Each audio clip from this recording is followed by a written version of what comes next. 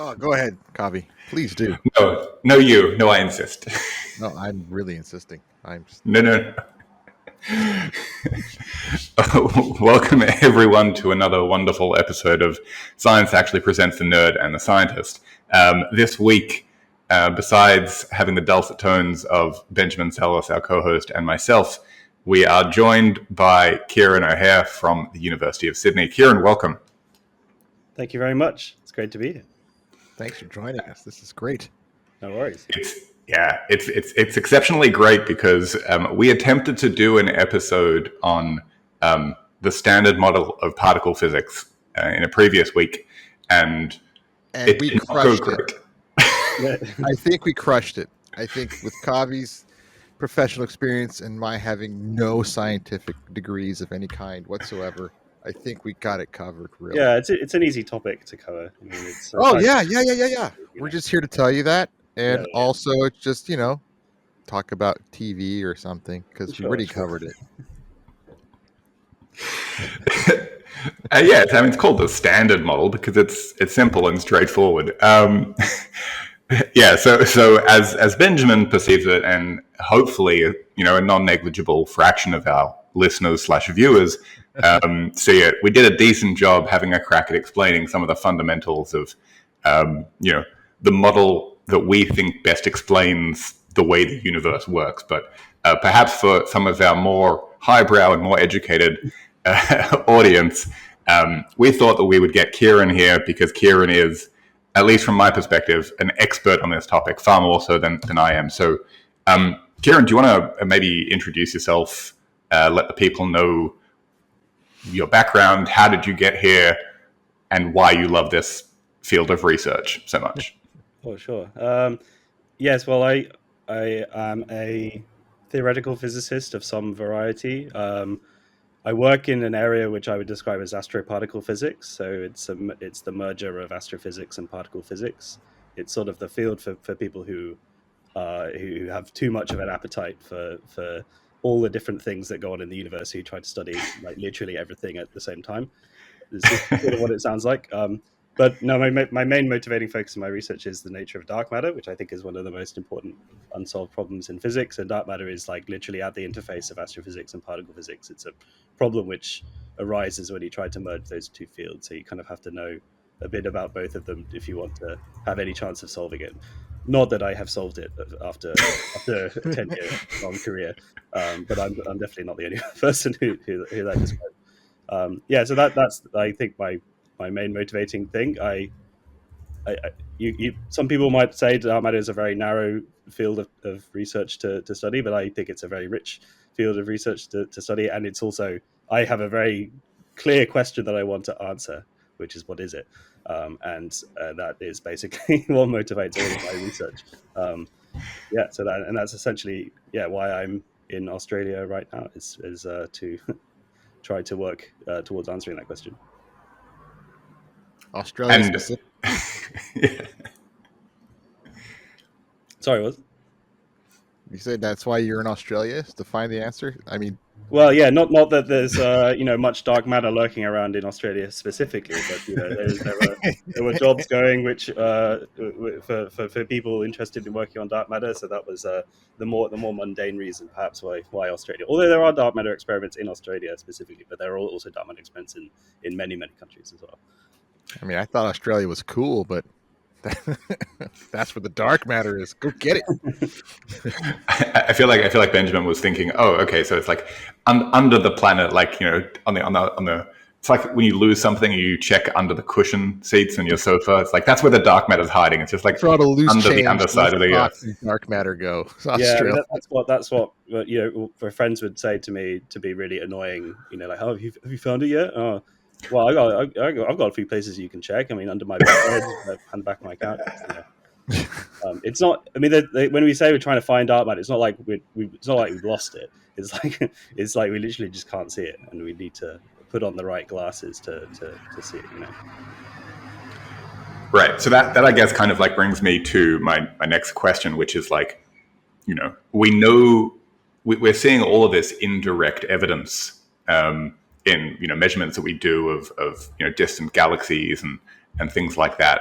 and we see that there's some missing stuff, right? There's some missing matter that doesn't interact with electromagnetic radiation and the other forces that we know of, but it still interacts gravitationally. And we kind of touched on some of these points in the previous episode. So I'm curious if you can give us your insights into what you think the best ways are, maybe what you're working on in terms of how can we actively go out and find, more stronger or directer evidence, and also how that fits in with the standard model of particle physics. Yeah, so people come at this problem from many different perspectives. There's the sort of theory-driven approach and the experiment or observation-driven approach. I mean, the theory-driven approach is very much the sort of classic approach that was taken when the evidence for this additional form of matter seemed to be building, but all at the same time, the standard model was building and becoming a very robust theory. And the thing is, in the standard model of particle physics, it's not simply that there is no dark matter particle in there. It's like there's no dark matter particle that even fits into the standard model. The standard model is a complete puzzle that has every piece accounted for. There is no gap in the standard model where you need to fill something. So it seems very puzzling. So you need to extend it in some way, and there were lots of other reasons why people wanted to extend the standard model to do other things. So it was natural to think of, okay, let's just go back to the drawing board and think mathematically and think what's the way that we would extend this puzzle in the sort of most natural way or most elegant way. And usually what will happen with the standard model is you'll predict new particles. So that's the sort of theory-driven approach, and that gave rise to a bunch of dark matter candidates. So potential particles which could exist, and by the extending the rules of how particles interact and talk to each other, you can make educated guesses about how they should talk to the other standard model particles, if they should talk to the other standard model particles at all, other than through gravity. And then you can hand those to an observer or to an experimentalist and say, okay, I think all this stuff out there is probably this kind of particle, and it will be talking to the electrons in this way, or the photons in this way, or the atoms in this way, or whatever. And then you can make predictions and you can test them. And that's the sort of standard approach for looking for dark matter. And it has completely failed. So there's no to do that. Many candidates, I mean, an absurd number of candidates, and many experiments all around the world, many different observations of places where we know there's a lot of dark matter. Also, regions of parts of cosmic history where we know dark matter has a really important role, like the early universe. And yeah, there's just been no sign that it's really anything other than a sort of some kind of a collection of mass which is just in the universe and it gravitates, and that's its role, and that's all it seems to do. So that is one approach, and it just has not worked yet. I mean, it's not to say it won't work. I mean, there are many instances in the history of physics, and even in particle physics, where a theory has preceded discovery. But people have sort of speculated that maybe this time it's going to have to go the other way, and it will really be just a particular experiment that will get lucky, or an observation which will just observe something in just the right way, and it will reveal something new about dark matter. It will reveal that it is actually doing something else other than just sort of sitting there having a mass. And this is the sort of experiment-driven approach, or observation-driven approach, and this is becoming more and more popular now. Basically because the theorists have exhausted most of the kind of reasonable ideas, and Wow. we've been burned by having great ideas that we really liked and they're not finding them. So we're becoming more. It's a more agnostic approach. It's like you just do what you do. You make the observations you're able to make, and you make them as well as you're able to make them, and you run the experiments that you're able to run, and you make them really, really, really precise. And then maybe something will appear. And there are instances of this happening in the history of science as well, like the discovery of the muon, for example. This entire extra generation of particles came about just because they were looking for cosmic rays, and then all of a sudden there was a new particle that they never seen before, and this opened a whole other sector of particles that we now know exist. So each way is valid. The theorists, of course, would like to precede the discovery, and the experimentalists don't care. I mean, they just they want to run their experiments, they want to find the thing. Of course, it's nice for them if they have something motivating their experiment, or to make the experiment a bit more targeted. Like they don't have to run they can fine tune it to look for a particular type of thing. But yeah, so both of the approaches sort of have to work in harmony, but unfortunately neither approach has yielded any any answers yet. So that's obviously the problem. Do we know where dark matter is distributed? From my reading, again, no science degree. From my reading, all that dark matter does, as you said, is just something that makes gravity, and it has like some mass to it. And it's is it more clustered or clumped near large things of real matter like galaxies? Is it like distributed more evenly throughout the universe, or is it distributed in some kind of random pattern of some kind, or is just more focused where we can actually see actual things? Yeah, so it's distributed around massive objects, and actually, in a sense, that is sort of a backwards way of thinking about it. Dark matter is the thing which causes the massive objects to exist in the first place. So dark matter collapses into these things which we call halos, and they collapse into these structures before all of the regular matter can collapse into structures, and that's primarily because it only feels gravity. All of the gas and the plasma, atoms, electrons, and nuclei, they are sort of sloshing about in the early universe because they're coupled with photons. So the photons and these regular matter are sort of fighting against each other. But in the very early universe, dark matter doesn't feel the photons at all. So it's just getting this sort of head start on collapsing into these structures, and then it pulls all of the regular matter in. So dark matter is the thing which creates the galaxies. It's not simply that it just happens to lie around galaxies. It is the thing which creates them in the first place. So it's kind of. Sorry, go on. I'm sorry. Please go on. We do these big simulations of like this process happening with dark matter collapsing into halos, pulling in gas, which then forms stars.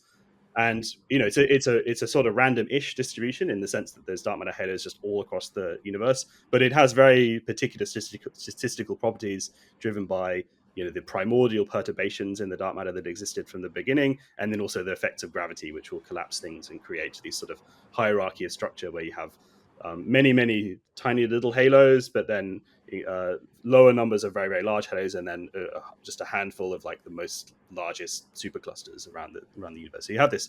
It's a smattering of galaxies and halos all across the universe, but there is a quite well understood statistical property for the nature of all these things. Yeah. That's fascinating. So it's kind of like they set up a kind of a guideline for regular matter to fall into. Yeah, so you can think of it as like the scaffolding for galaxies, or like the dark matter halos are like the incubators for galaxies. Basically, I mean, this is the reason why cosmologists believe in dark matter. I mean, you can wax lyrical about galaxy rotation curves and gravitational lensing, all these things that modify gravity. People like to sort of brush under the carpet or explain away somehow with their idea. But like, there's this, we don't really understand how the universe kind of got to the way it looks now without dark matter. It is the thing which creates structure, really. And if you don't have dark matter, you can still form things which resemble galaxies, but they're just not galaxies that we would understand, and they're not forming on the sort of time scale cosmologically that we would understand them. So dark matter is really crucial just for understanding the way our universe looks at basically every single scale that we look at. That's awesome. Benjamin is absolutely mind blown. I can see him just hanging on every word here. Well, I mean, I've heard of dark matter a lot, and how it's the bulk of the mass of the universe and such. But to hear it on a timescale type of thing, that's it, what came first, dark matter or the regular matter egg, right? And dark matter was there to help form the universe into structures, like you said, that we recognize. That was something I didn't even understand. That was awesome. Yeah, I mean that's the reason why. Hence, mind blown. Yeah. I love it. Let's do a very short ad break on a related topic, and then we will come right back. So, Benjamin, are you tired of bumping into invisible objects? Constantly. Can't see the forest for the dark matter? Well, fear not, because Leslie's lensing lenses are here to save the day. These revolutionary glasses allow you to see the unseen, the mysterious, and the downright dark. With Leslie's lensing lenses, you'll finally be able to see that pesky dark matter that's been messing with your whole life. Order yours today and start seeing the world in a whole new light. Or should we say, dark. Leslie's lensing lenses, because sometimes you need a little help seeing the dark side. Thank you.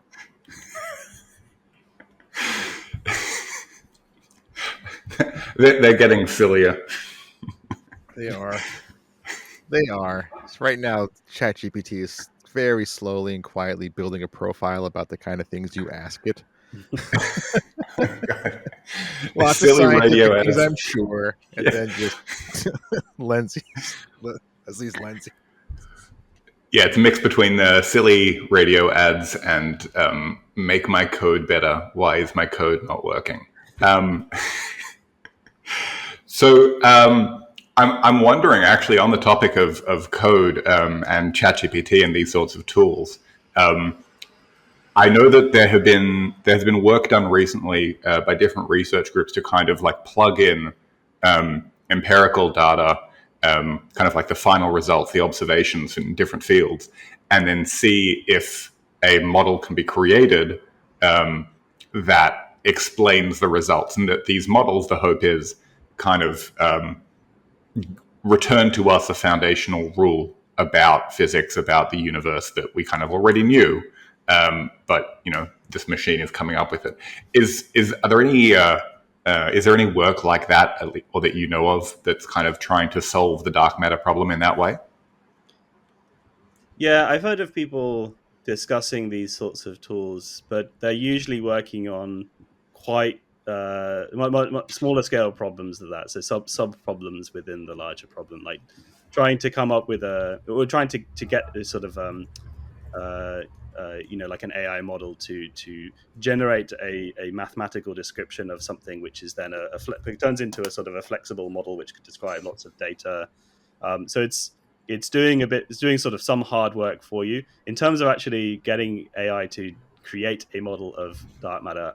I'm sure there are probably some AI fanatics who are sort of trying to think of a way to do that. I think it's probably too big a problem. And the thing is, but you could maybe cook up some models which could explain some particular data set, like the range of morphologies of galaxies, or like create an AI which could handle gravitational lensing and create maps of dark matter out of gravitational lensing data. Those sorts of problems are really natural for this sort of tool. But like in terms of making an entire dark matter model, I think the issue there is always going to be on the particle physics side.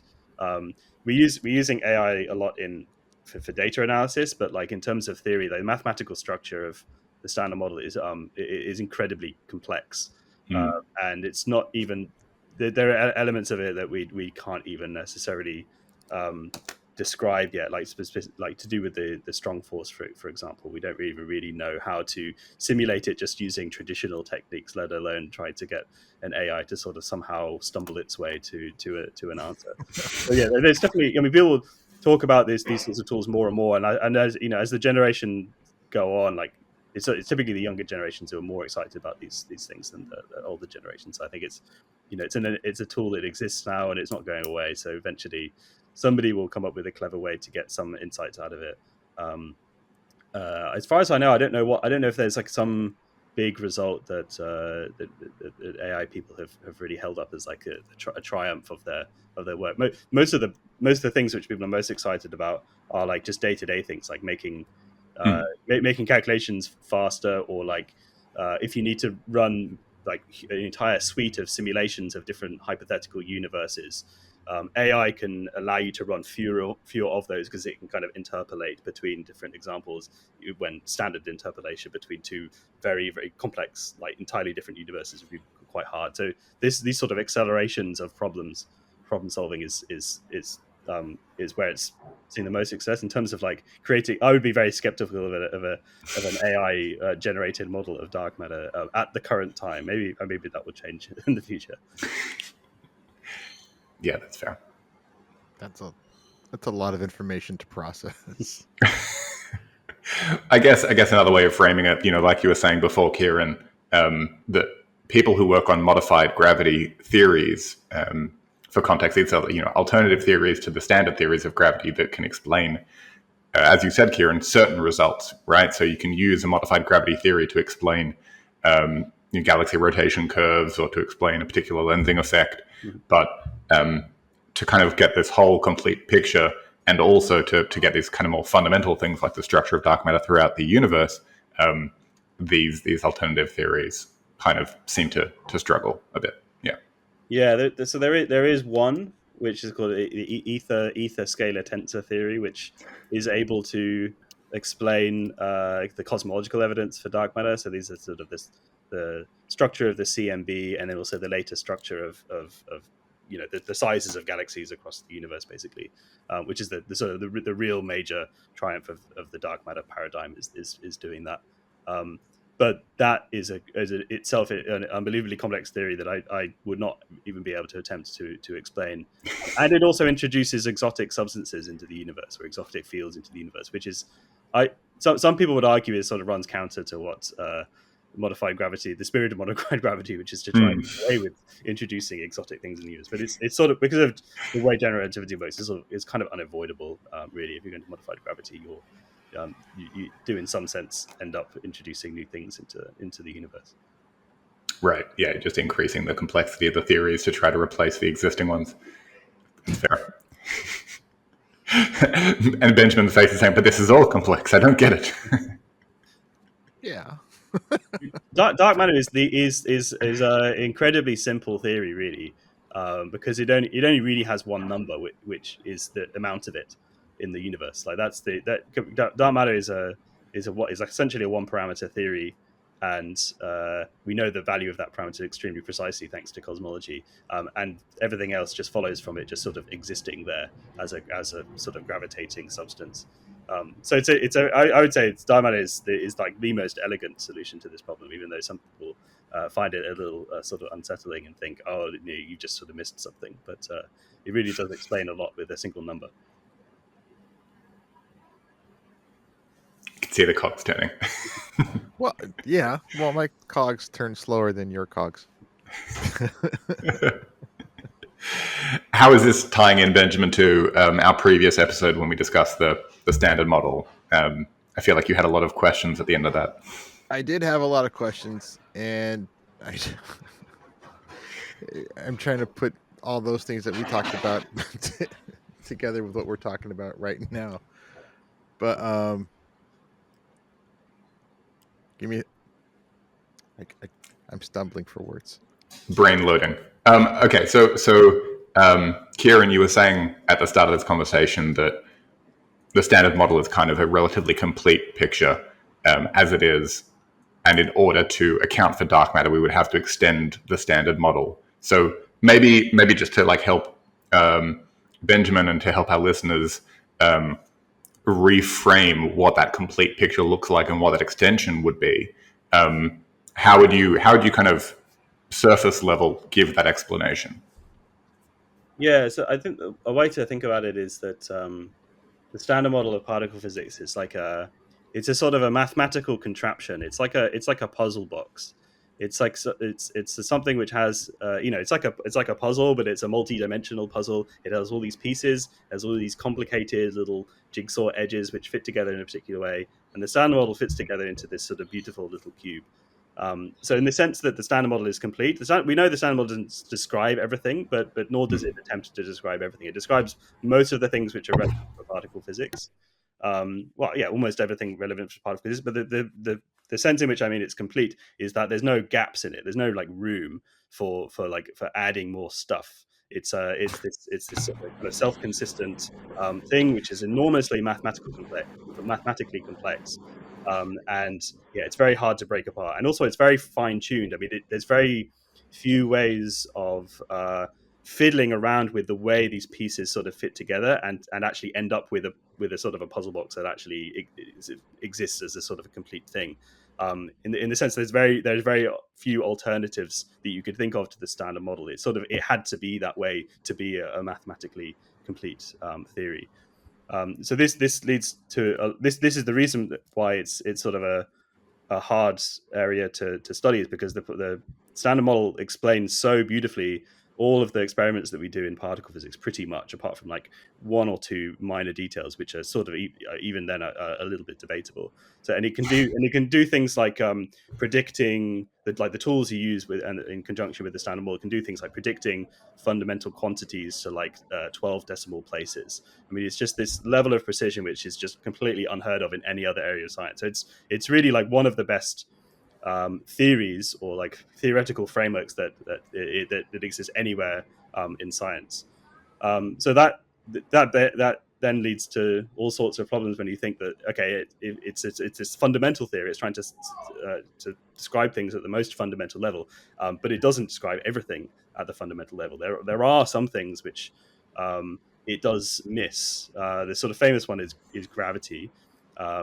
But in some sense, gravity is a very weird type of force, and it also doesn't really play any role in particle physics. There's essentially no result of any particle physics experiment which really cares about gravity. And there are a few other sort of minor things, like a couple of the numbers it gets wrong at like the 13th decimal place or the 10th decimal place or something like that, which sort of keep people up at night. And then there's things to do with the neutrinos. Neutrinos fits very neatly into the standard model, but they have a few properties which go a little bit beyond what the standard model is sort of able to explain. So the neutrinos sort of are a little bit of an outlier. But I think the most glaring omission of the standard model is dark matter.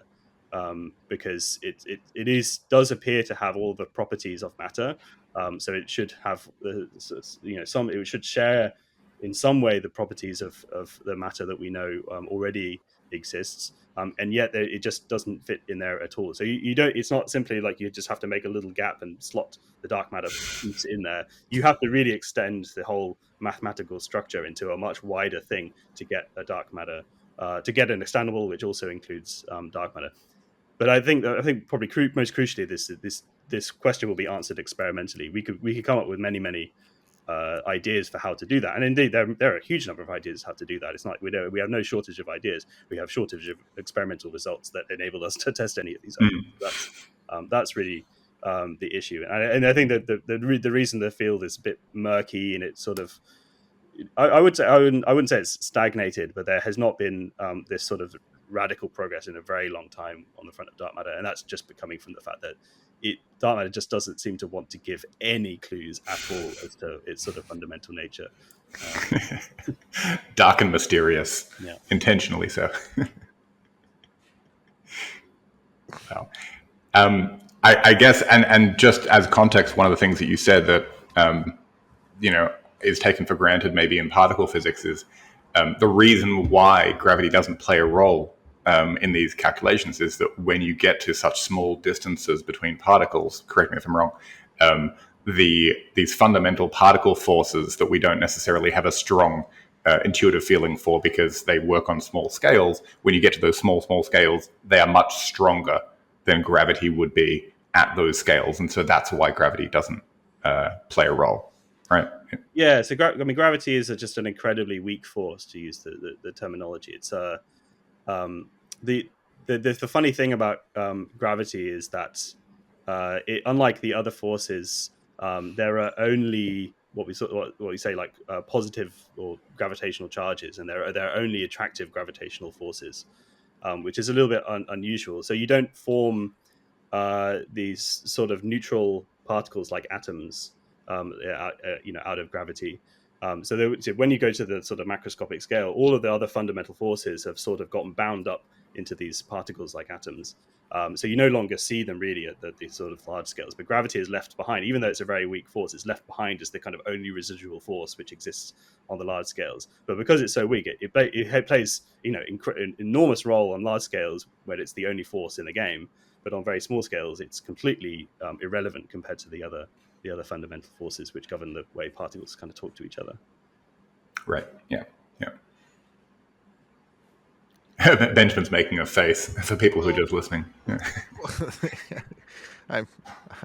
I'm happy to be part of the conversation, but I'm also learning too. So there's things happening in my head. Well, particles are so small that gravity is too big to interact with it, right? Is that a dumb way of saying it? So it's that gravity is too feeble. Like you need to build up huge numbers of particles before the force of gravity is actually it has any relevance to the behavior of the object that's that's feeling the force of gravity. So when you at the particle level, the force of gravity is just completely irrelevant compared to all of the other fundamental forces, which it's feeling much more strongly. Maybe another way of conceptualizing that is Benjamin, if you think about the gravitational force will be determined by the product of two masses, Right. And how far apart they are. And so when you're talking about these really, really small, very low mass particles, the kind of absolute strength of the force between that interaction is quite small.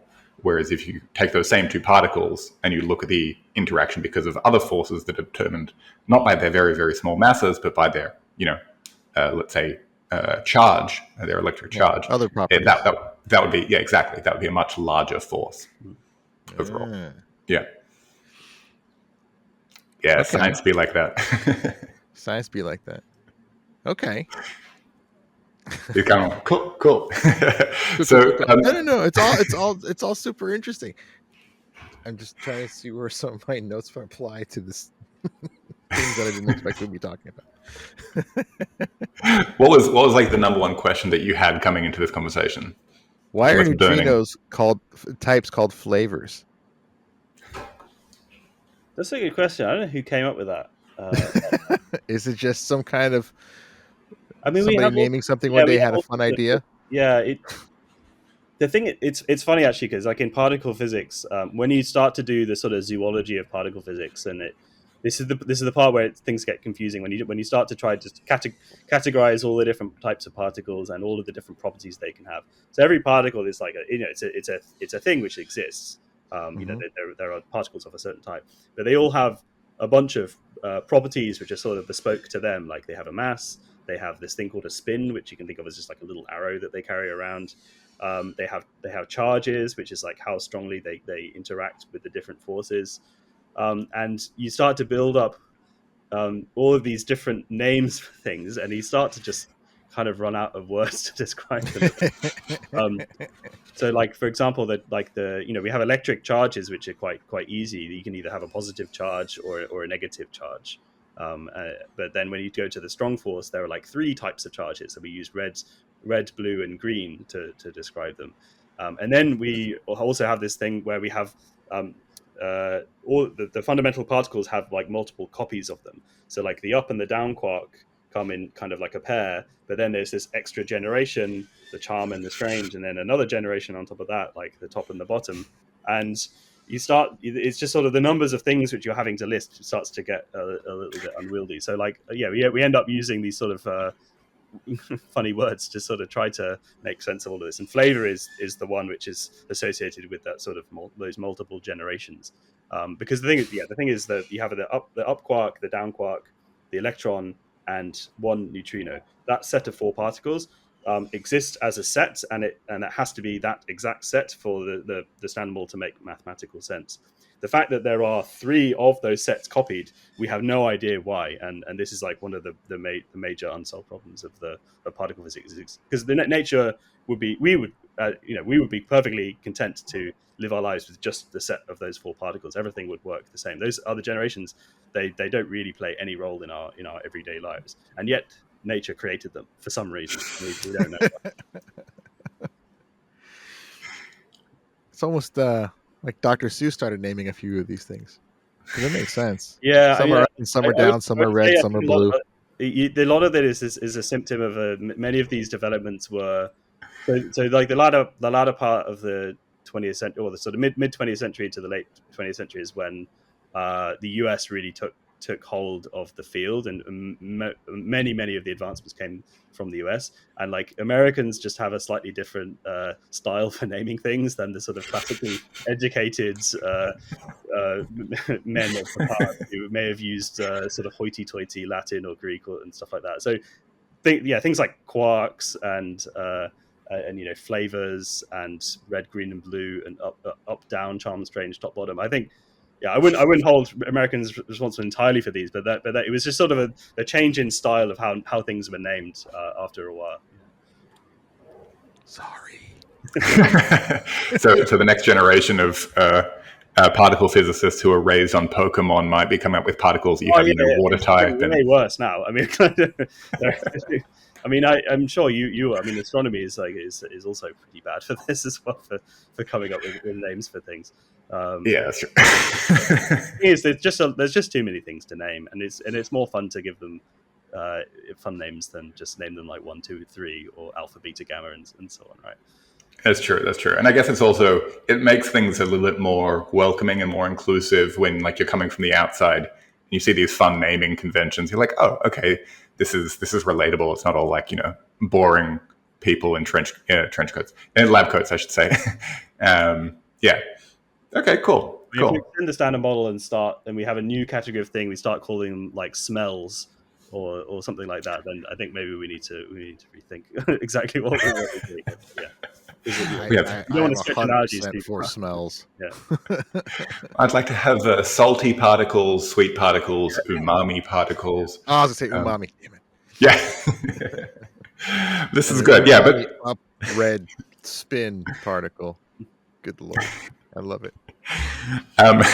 But speaking of making these concepts kind of accessible and understandable, it seems like you do a fair bit of outreach. I mean, this podcast aside, like just looking back, if anybody does a quick Google or look at your CV, like you've been doing a lot of outreach for a long time.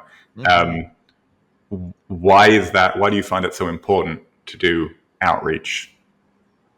I would say I find it fun more than important. I think it is important. I think it's important that some scientists are doing outreach to get the message out to feedback the knowledge which ultimately taxpayers are paying for. I think everyone sort of appreciates that that's the sort of important side of it. I find it fun, and I find it quite useful for me, because I think that the skills you gain when you try to digest a concept and make it express it in a new way that is better for an audience who doesn't have all of the training in a specific area, doesn't know all of the sort of jargon, doesn't know all of the sort of standard ways of explaining things. I think it does actually help you understand what you're talking about better. At least for me. I mean, I'm somebody who needs to, I need to really think through something and parse it in my own language before I can understand something. I often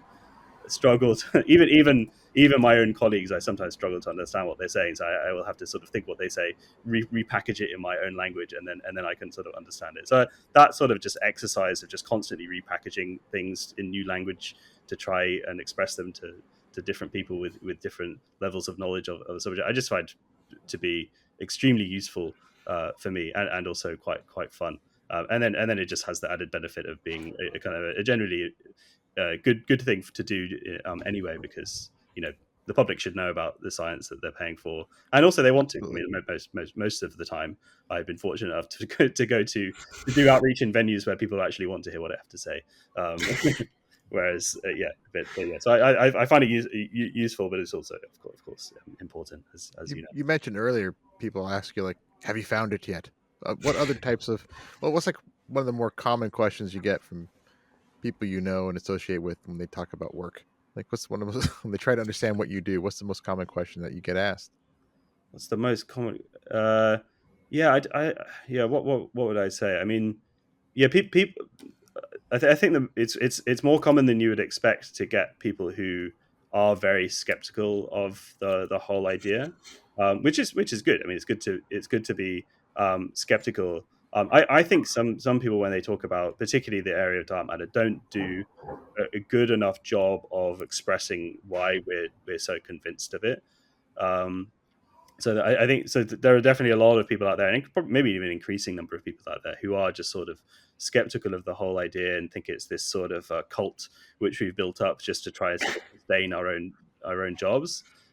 People are a bit nicer about it. That, when you read YouTube comments, that's the kind of spirit. But in astronomy societies, people will couch it in slightly different language, be a bit nicer about it. But yeah, this is kind of becoming more and more common that the idea of like what if you've got everything wrong? What if this whole thing is this is this smoke and mirrors? It's just like you've gone down some path and you're unable to see a way out of it because you're so stuck in this particular idea. And like I appreciate that point of view, but also like you have to consider the fact that like dark matter is this incredibly active area of research. Like it's an incredibly competitive field. There's pretty much guaranteed a Nobel Prize or a few at the end of it for the person who can solve it. So there's a great price on a great sort of reward that will come from thinking differently. So it's not like people don't want to think about the problem differently. We're not just sort of wondering about it just to try and sustain our own jobs. But yeah, so this is the one of these questions which I'm seeing more and more frequently these days. It's fun. Nice. Dark matter skeptics. Yeah, I just love that that's a contingent of people that exists. Like, what do you hope to gain? Yeah, it's a brand of the generalized skeptics that people who are just skeptical of literally everything that's being done in science these days. But yeah, dark matter is maybe people would argue is a symptom of a larger problem, perhaps. I mean, I guess these things also have a way of within their fields working themselves out. I think that, physicists themselves would not necessarily work on a dead-end field for more than, a generation or two before people kind of realize it's not viable. I don't know, maybe Ciaran, you've been around a bit longer as an active researcher than I have. Is that a fair statement? Yeah, there were definitely ideas that like showed no promise or that seemed too far away from yielding any kind of results that people sort of moved away from because there's just nothing to do there. Like you get no gratification in seeing anything that you're doing experimentally verified. You get and just at a sort of a basic functional level, you write papers that get no citation, so it's just there's no longevity in a career which is just sort of showing no promise. And you can sort of see ideas that are going that way already. Like there's the idea of supersymmetry, which is one of these ways of extending the standard model. That was like unbelievably popular for many years, up until the sort of the switch on of the Large Hadron Collider, and then but there was this group of physicists who just were pretty convinced that you would switch the Large Hadron Collider and just all of these new particles would just be spilled out instantly, and you would discover all these things overnight. And that just didn't happen, and it just kept on not happening. And now people it ruled out a lot of these models of supersymmetry that people liked, and it's still completely possible that the standard model is supersymmetric, and there are all these particles out there. They're just at energies that we would not be able to access with the sort of the humble Large Hadron Collider. But that's essentially the essence of the problem, is that like it's still, maybe it's still a good idea, but it seems like it will show no promise over the next few years. So a lot of those people sort of moved on to ideas like dark matter, where there are a bunch of new experiments which are being built and will happen. There are a bunch of extremely large astronomical facilities which will be built and will be used to look for things like dark matter. So it's like, you move to an area where you think there will actually be some kind of development. I mean, theorists can't find out what the world is made of on their own. They need experiments, they need observations. So like you have to go with what is actually accessible. A lot of people are saying, okay, we need to be planning for the next big collider now, because this will be like a generational project. It will take like 50 years to build. But that's like that's essentially the career of a single person. So people decide. The worry is like, do I really want to invest my entire life in this project? Yeah. I mean, Benjamin and I discussed this in the previous episode. Even though we were talking about the standard model of particle physics, we spoke about LIGO and like how from Newtonian gravity to general relativity by Einstein to then Kip Thorne and others in the second half of the last century to like in the past decade now actually seeing the results. It's a long road to get there. Yeah, well, I mean that's all credit to those people really, because search of gravitational waves is an example of where a field that it's almost, to some people it seemed like almost like a joke, or almost like it was basically a completely stagnant, and then all of a sudden they whether or not they got lucky is debatable, but obviously there was a lot of hard work that went into preparing for an experiment of that particular size. But ultimately, there was some element of luck involved, because they needed those black holes to actually merge. And they were still doing it. There were still going to be questions about, like, are they going to be merging often enough? Are they going to be merging? And are the gravitational waves going to have the strength that they need to have to be observed? So that's this is an example of a field which suddenly had a complete revolution just thanks to the hard work of some people who just they knew that this thing had to be possible, so they just kept plugging away at it, and eventually it worked. Yeah, wow, there you go. We're getting close to the end here. Benjamin, did you have any last questions that you wanted to ask? While we have the expert on the call with us. No, nothing logical at all left in the woodworks. I'm completely derailed, and this has just been phenomenal to listen to. It's been great. It's been a lot of fun. Ciaran, if folks want to learn more about your research or keep up with you online, where would be the best place for them to find you? Well, I'm on Twitter, X, whatever. You can find me by Googling my name and physics or dark matter. I'm pretty much the only dark matter physicist with my name. And I also have a website where I keep all of my stuff, my research, which is publicly available. Fantastic. Awesome. And as per usual, Benjamin, where can the good people find you on the interwebs? Just go to all these social media platforms and search for Science Actually. Facebook's the big one, but you can see everything on, just name them, Twitter, just all of them, TikTok, whatever, LinkedIn. It's there. It's there. It's all there. It's all readily available. If you want to see previous episodes, you can check out our YouTube page or TikTok, as Benjamin mentioned. You can find me at Fun Fact Science on all the good social media platforms, as well as all the bad ones. Ciaran, thank you again so much for joining us. No worries. Thank you. It's been fun. I've enjoyed watching your videos on YouTube, and I'm going to keep watching more until I fully understand every word.